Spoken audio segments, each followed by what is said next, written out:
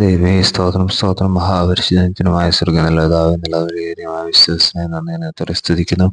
ഒരു സ്ത്രീ തൻ്റെ കുഞ്ഞിനെ മറക്കുമോ? താൻ പ്രസവിച്ച മകനോട് കരുണ തോന്നാതിരിക്കുമോ? അവർ മറന്നു കളഞ്ഞാലും ഞാൻ നിന്നെ മറക്കുകയില്ല. ദൈവമേ സ്തോത്രം. ഈ പ്രഭാതത്തിലടിക്കുന്നതിലേക്ക് നല്ല വചനത്തിനായി നന്ദി പറയുന്നു.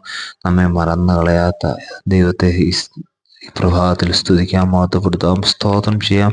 പലപ്പോഴും നിങ്ങളുടെയൊക്കെ ജീവിതത്തിൽ കർത്താവ് പ്രതിസന്ധികളും കഷ്ടതയും യാചനകളും ഒക്കെ വരുമ്പോൾ കർത്താവ് ആരും സഹായമില്ലെന്ന് കർത്താവ് ഓർത്ത് ഭാരപ്പെട്ടിരിക്കുമ്പോൾ, നിരാശരായിട്ടിരിക്കുമ്പോൾ ഹല്ലേലൂയ വചനം ഓർപ്പിക്കുന്ന കർത്താവ് ദൈവമേ സ്തോത്രം. ആരൊക്കെ ഉപേക്ഷിച്ചാലും, ആരൊക്കെ നമ്മെ മറന്നു കളഞ്ഞാലും, ആരൊക്കെ നമ്മെ സഹായിക്കാതിരുന്നാലും കർത്താവ് തക്ക സമയത്ത് നമ്മെ ഓർത്ത് നമുക്ക് വേണ്ടി വേണ്ടതെല്ലാം ചെയ്യുന്ന ഒരു ദൈവമുണ്ടെന്ന വചനത്തിൽ കൂടെ ഞങ്ങളെ ഈ പ്രഭാതത്തിൽ ഓർപ്പിക്കുന്ന കർത്താവെ, വേദനയിൽ, പ്രയാസങ്ങളിൽ, ഞെരുക്കങ്ങളിൽ, മനോഭാരങ്ങളാൽ കഴിഞ്ഞു പോകുന്നവർക്ക് കർത്താവെ സ്തോത്രം. ഹല്ലേലൂയ.